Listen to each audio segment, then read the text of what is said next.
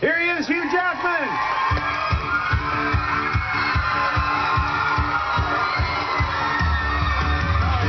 Thank you for that.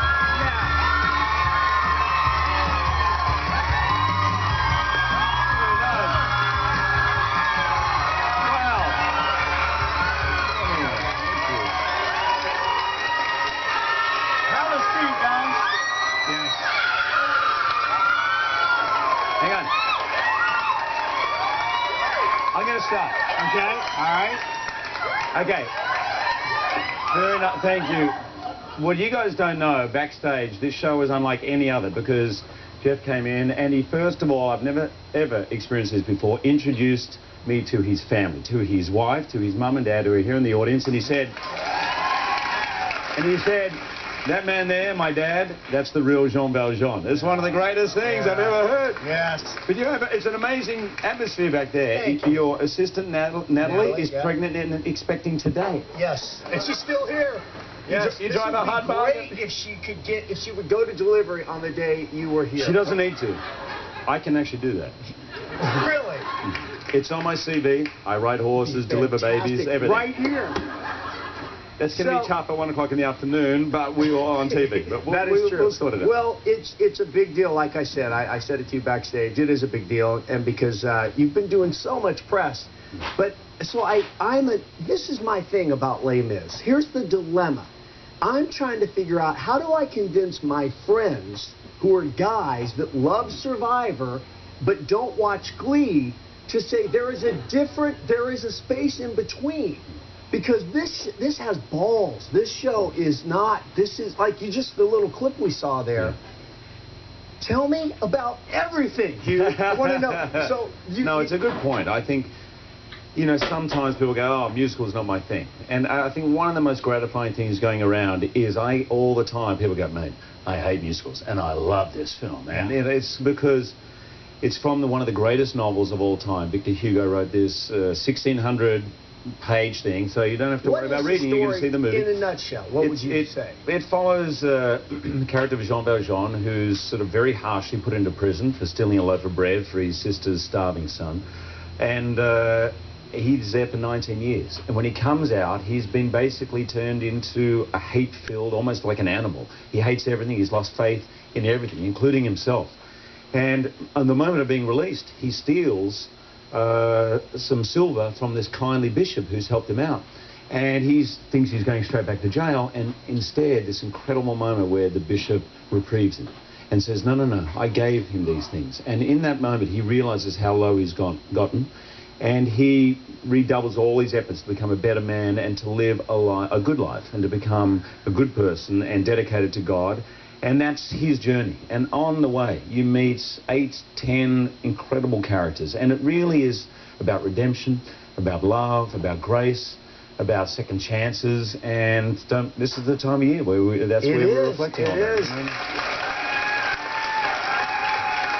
And these guys wrote the most incredible music. I mean, you imagine getting that task of this incredible novel and say, oh, if you could just write some music that matches it, and if it could be as timeless as that. Intensity and timeless. That's the thing. And they did it. It is a story about. I mean, I saw it and I couldn't stop crying. And here's what gets me, because they sing live, and you probably heard, because every story talks about how the actors sing live, but you don't really understand what it means until you see it.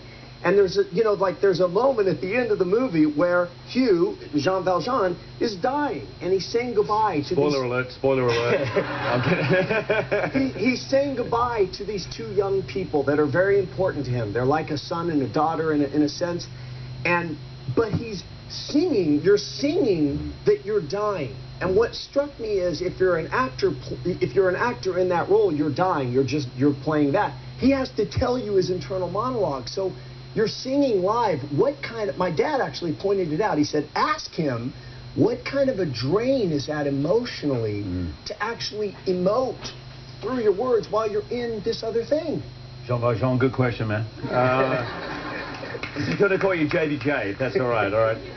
Look, the way I approach musicals, because I came to musicals and I've done a lot on stage, I came to it as an actor. So what I always did, and I was taught by Trevor Nunn, the great director, is the first thing you do is lift the lyrics off the music sheet, right? Don't sing the song first. Lift the lyrics off, and I write them out as I would dialogue. So it's like a monologue. Okay.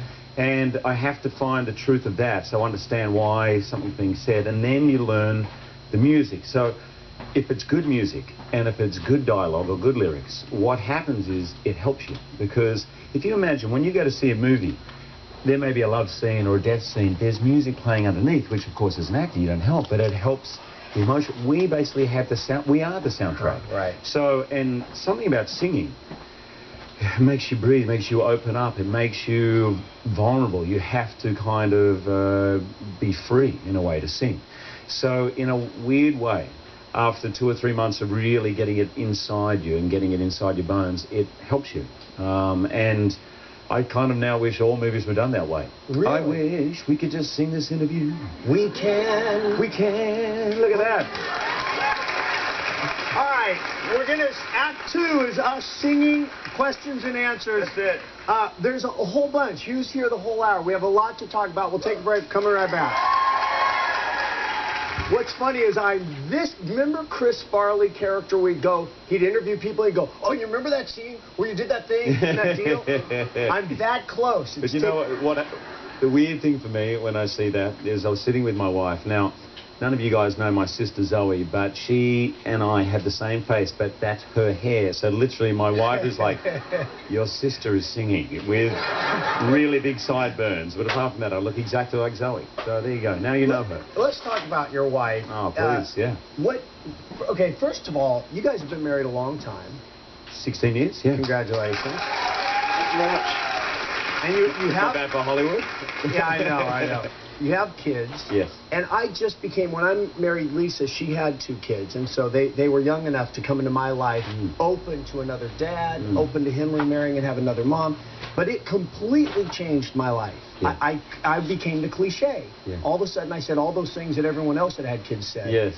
How does it change your life in terms of Hollywood career like you have takes a lot of time? So what does it impact? You know, I think one of the great things that happened to me, this was like no planning, is I met Deb in my first job, right? So I fell in love, and I'm a very indecisive person. But when I met her, I just knew 100%. It was like the clearest thing in my mind. It wasn't clear for her. I had some conviction. I have no idea. That's, to me, the way I explain it is actually there is some greater power, however we describe it, God, a universe, there is that there. And when you're lucky enough for the grace of that power to come into your life and make things clear to you, which doesn't happen very often. Often, you know, should we, shouldn't we, I don't know. But when it comes, it's like the greatest feeling in the world, because it doesn't matter what anyone says, and including, yeah. I feel like I'm in church. The woman in orange is like, yes. I have to say, it wasn't as clear to my wife, by the way. And that's when I knew, at one point, I remember she was trying to break up with me. It was this one night, and I could just tell. I was like, oh, okay, she's trying to work out reasons in her head, you know. And I said, babe, I know I'm your worst nightmare, right? My wife had done about 20 jobs. It was my first job. I was a little younger than her. I was her worst nightmare, actor in his first job. And I said, I get it, you're scared. Let it go. We're going to be together. That's all there is to it. And she looked at me and she went, okay. Really? That was it. And I was like, that wasn't me. Even those words coming out of my mouth wasn't me. I was like, who is this person speaking? It was, anyway, so cut to when you have kids and all of a sudden a career happens. Knowing you're with the person you're meant to be with, right? Because life has many ups and it has downs. I don't care who you are. That's the play of life, right? Knowing you're with the person you're meant to be with is everything. And we share everything together, no matter what it is. So did you ask her about this commitment to doing this role? Absolutely. Because I knew this would take... Okay, I haven't told anyone this, Jeff. Good question. All right. There was a moment, and this will give you an insight to my wife. About 3 weeks before we started filming, we had 9 weeks of rehearsal. So it was like 6 weeks into rehearsal. I just had this really not good day at rehearsal. It was not good. I was not feeling it. I think in the corner of my eye, I saw Claude Michel Schomburg go, oh, like this, and walk out. I was like, oh. Who is that? He's the original composer of the music. I thought, I don't know if I can do this. And she happened to be visiting at that time. I was in London. She was visiting. with the kids, and I said, babe, I may have bitten off more than I can chew here. I mean, I know I always wanted to play this part, but it's so massive, and every scene is so massive. I don't know. I'm wondering if I should just sort of own up and say, this is the time, you know, to walk out, you know. And she looked at me and she said, Hugh, if you didn't feel that playing Jean Valjean, then you shouldn't be playing Jean Valjean. Hmm. And I went, wow, that's great insight. Yeah. She said, this is Hamlet. This is one of the greatest characters. You should be scared. And then she looked at me and she said, but you're going to nail it. You're going to do it. That was it. And it's that there's someone who you're with from the beginning who knows you, who will also tell you if it's, but you know, she would have said, Hugh, you are absolutely right. Get run out for the hills, you know. She would tell me that too, but you know what? didn't. That's it. I gotta say, I get that, because my wife Lisa's the same way. If Lisa said it's okay to back out, I'd go, oh my God, I've got to get out now. But if she said to me, you can do it. So what is, explain that for me. What is that? Where did she earn that credibility where you went, I know if she says I can do it? Because it's almost like it lifted you up to say, I can do it. Absolutely. You know, the incredible blessings I've had in my life, I know I wouldn't have had without her, because when you meet that person who you match with, they get you to the core. You don't have to be anything. It's like the greatest relief in your life. You're just completely yourself. Right. Flaws, good parts, everything. And you don't feel like, it's like being on the comfiest sofa you've ever been on, right? Every day of your life. And so you don't have to try and be anything. And that person, or Deb for me, knows me 100%. She knew what I was capable of more than I knew. She encouraged me at times where I thought, oh, I don't know about that. You know, big moments. Like the moment I got the phone call about the Oscars, to host the Oscars. It was actually quite funny, because I was sitting on the edge of my bed about 1 o'clock in the morning on a press tour in London. And I just hung up from Steven Spielberg, you know, and you got the call, and I said yes, and I put the phone down, and she came in, she said, are you all right? And I said, babe, you're about to get into bed with the host of the 81st Academy Awards. Hang on. And she instantly, she goes, Billy Crystal's here? All right, we're going to take a break. When we come back, one of the things that everybody talks about is your ability to transform physically. You saw in the first clip at the beginning of Les Mis, he's small. And then we know him from X-Men, Wolverine, he's gigantic. So we're going to talk about how he transforms his body. Take a quick break.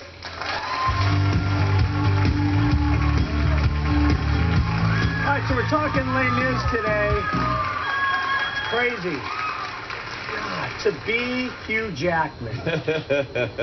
Just for 5 minutes. I used to have a man crush on Clooney until about 6.5 minutes ago. And then it shifted. Okay, so Hugh's character in Les Mis makes a pretty big physical transformation over the years, and like we've talked about, he's made these transformations in his career. Let's take a look at what they did in this movie. Roll it. Lisa Westcott's great achievement, I think, was the journey of Jean Valjean, where you really feel that he's lived a very long and tiring life. The first time we see him, he's a convict in a very bad state. His head's been scarred. He's got this very long, straggly beard, which just made him very, very decrepit and tired and filthy. Contact lenses made to make him look very sore in the eyes. And then we had some teeth made. Tom was so worried about teeth, and quite rightly, because, you know, you've got a big close-up on an artist, and they're holding a note, and you're seeing right into their mouth.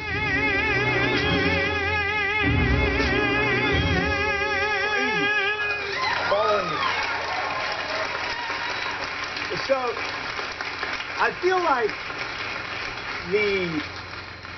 here's the thing, I think, because I want this movie to do well. I really do. I'm personally invested in this movie. I love that, thank you. But when I see that, and the vein popping on your head, and that was the scene where you talked about, where like, I am not that dude I thought I was, I'm going to change. Yes.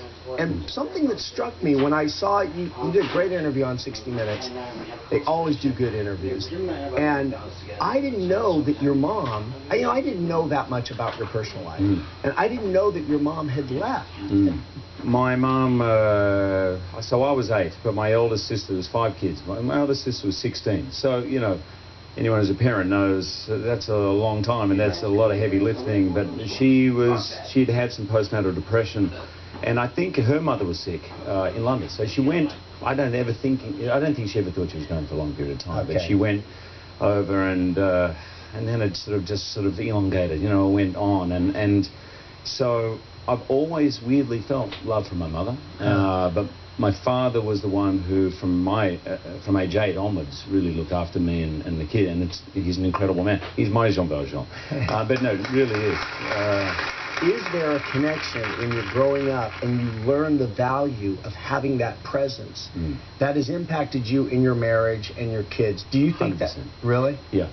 You know, my father has never said a bad word about anyone. Very hard worker, very ethical man. He is a religious man. He brought us up with religion. I remember at one point saying he wasn't religious, and he was converted by Billy Graham, who was on a tour of Australia. You know, and he and my mum got converted, and so we went to church the whole time. And I remember saying to him, I said, "So, Dad, you're a Christian, but what happens at work?" He worked in a big accountancy firm. I said, "Does anyone make fun of you, or do you get teased at all?" Right? And he said, "Well, no, because for me, the religion you talk about really means nothing. It's the religion in your actions that means everything." And that was my father. And so I constantly learned that from him. And to this day, man, you know, no matter, he's so proud of me, and he's an incredible man, and he is always there, and he will always say to me, "How's Dad? How are the kids? How's the family?" It's always about family. It's always about family. It's always bringing it back to the thing that is most important. And he's kept going on to me about that. And so and I know what he means. Keeps you level and family. Yeah, and he's just a humble man. He really is like Jean Valjean. I'm not nearly as humble as he is, you know. But he's sort of been my rock, and he's really been my guide, and I constantly hear him in my head, you know what I mean? Always with decisions in my life. He's an incredibly wise man. So tell me about the physical transformation. How do you do it? Because there's a clip in this. If you didn't see the 60 Minutes interview and you're a Hugh Jackman fan, it's worth going online to check it out. They show him working out. He got a vein in his arm as big as my pinky. That I got from my mum. She's just very veiny, but listen, she is. Sorry, Mum. I mean that in the nicest way, but I've always believed, as an actor, your voice and your body are your instrument, right? Obviously, your mind and your emotions as well. So I've always enjoyed that, you know, and weirdly, I worked at a gym for 4 years, right, before I became an actor, and I used to look at all those guys pumping iron, and I go, this is ridiculous, right? What's the point? When are you going to be pushing 350 pounds in your life? When does that ever happen, right? And I never worked out, and my first job, I had to work out. I was in prison, and I really got into just the challenge of changing my body. So on this, Tom Hooper, the director, who's genius, and he did The King's Speech, that movie, you know, he's amazing. And he said, I need you unrecognizable at the beginning. He said, obviously, he's known for his strength, but I want you emaciated. Now, you know enough about working out. My heart sank at that point. I was like, so basically you want me jacked and skinny, right? At the same time, it's the worst kind of body type possible to go for.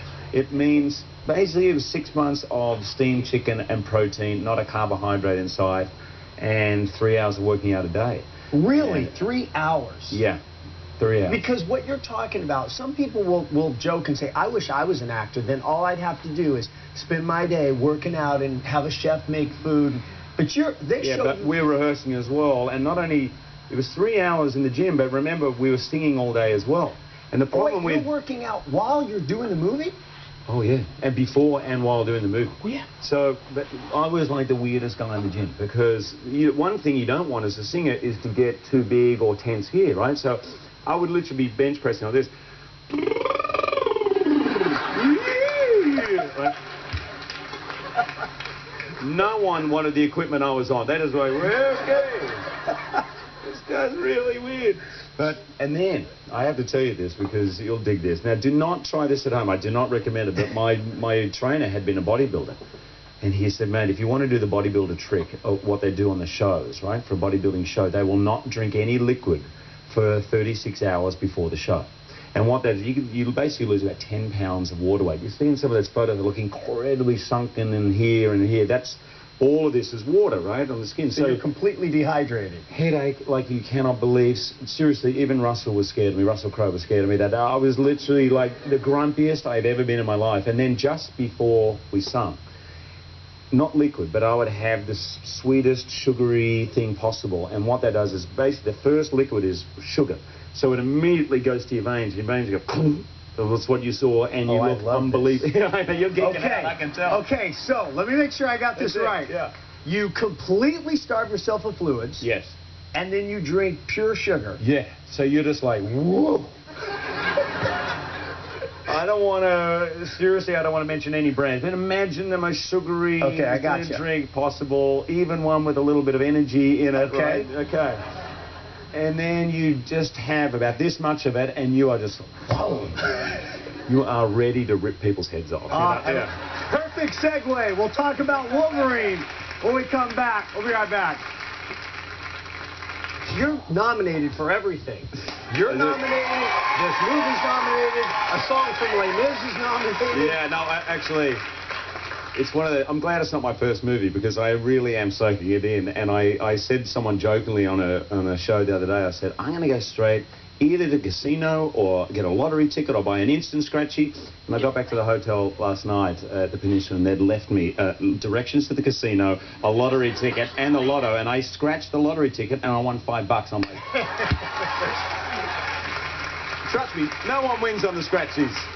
how do you take, you've talked about this being the role of a lifetime. And I'm guessing it's because of the character and the music, just everything. This is one of those rare opportunities. And also, weirdly, man, not that I expected or planned it this way, but my career's gone in a movie direction and in a musical or theatre direction. And they've always sort of existed separately. You know, the people who see me on stage, you know, aren't the ones coming to Wolverine, vice versa. And for a long time, I thought I really would love to do a movie musical. I know they're not made very often. And this one came up, and I was like an attack dog. I literally stalked the director for the part.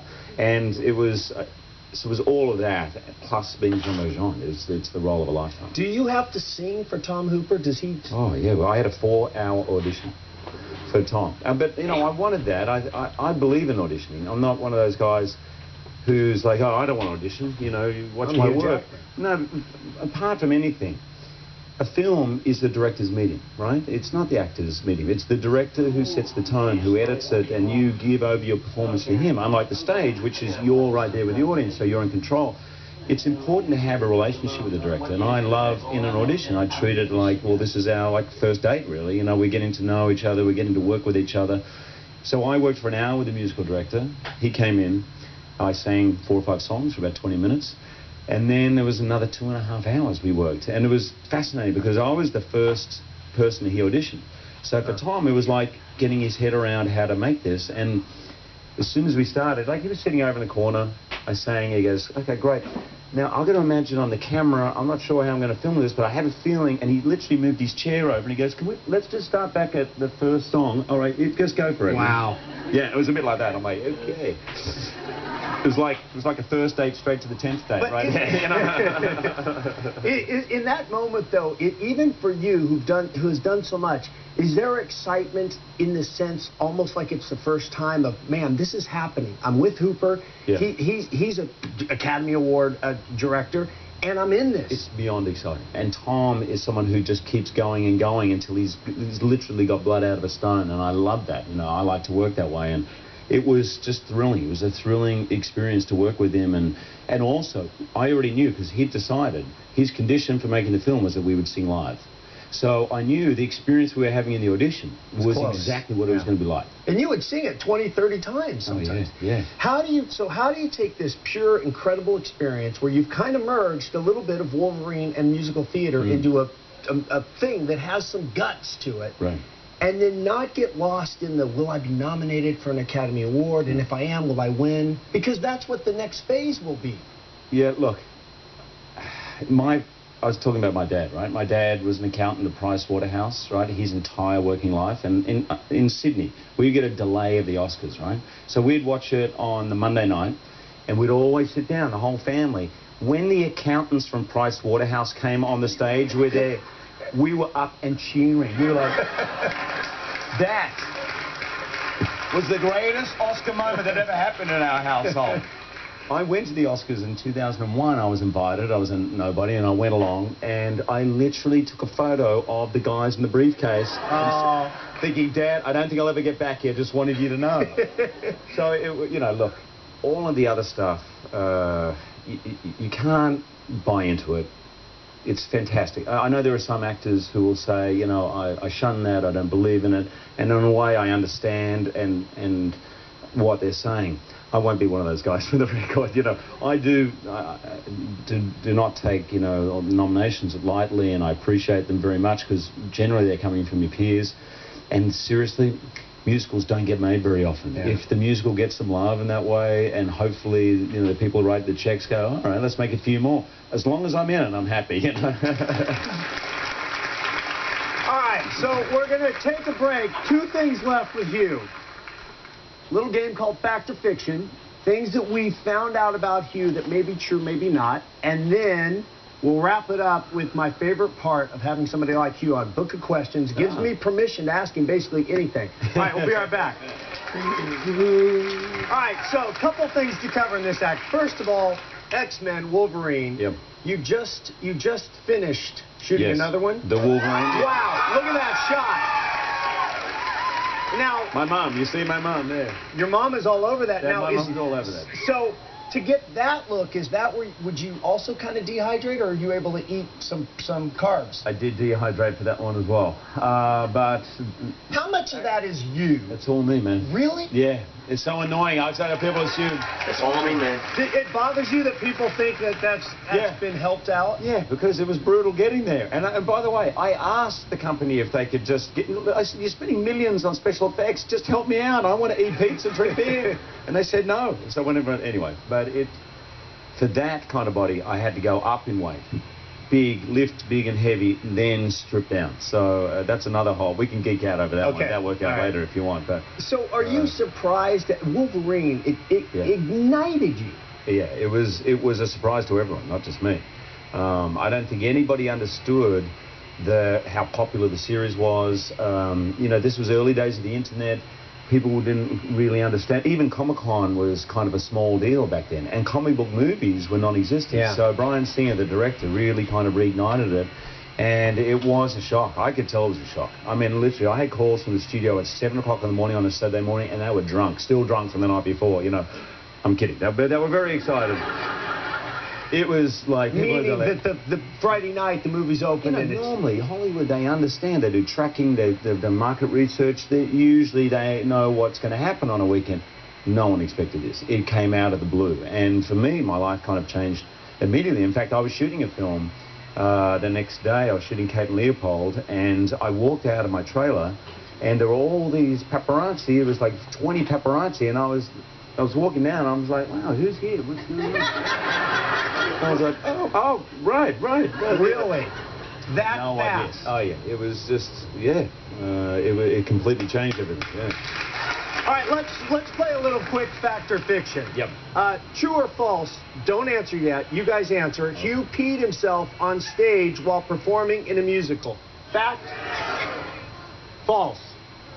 What do you say? True or false? Wow, it's 50-50. True or false? True. True. Sorry, brother. All right. I'm guessing this would have been when you were younger. Worked as a clown at children's parties. If you believe that's true, let me hear it.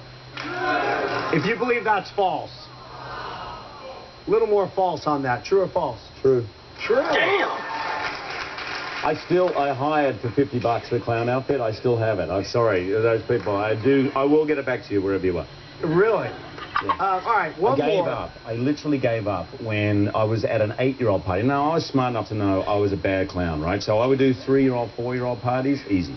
I went to an 8-year-old party, and about 5 minutes in, because, you know, the parents hire you so that they can drink, right? So, and you look after 15 kids, right? So literally this kid goes, you're terrible.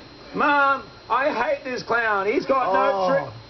Shut up, kid. And I used to juggle, not only 3 things, not even 4 or 5. I used to juggle, and I'd juggle eggs, right? You know, whoa. And literally they're like, yeah, who cares? So I started smashing them on my head, and they're like, that's cool. So I'm literally smashing. And I used to juggle, not only 3 things, not even 4 or 5. I used to juggle, and I'd juggle eggs, right? You know, whoa. And literally they're like, yeah, who cares? So I started smashing them on my head, and they're like, that's cool. So I'm literally smashing. Terrible. Time to get That out. was the last one, yeah. All right, one more. True or false, took barista lessons? You know, making coffee. True? Sure, a lot of... All right, true or false? Somewhere in between. I have had one lesson.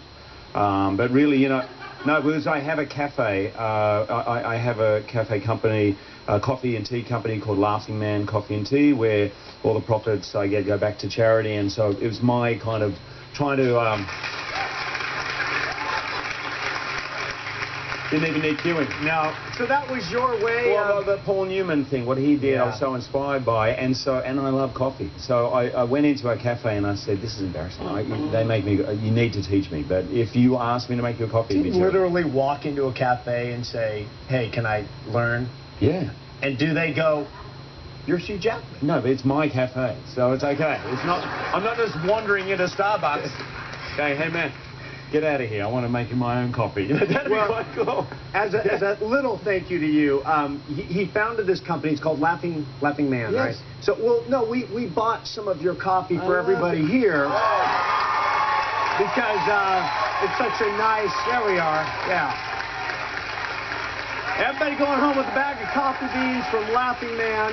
And when we come back, whatever time we have left in the show, book of questions. We'll be right back.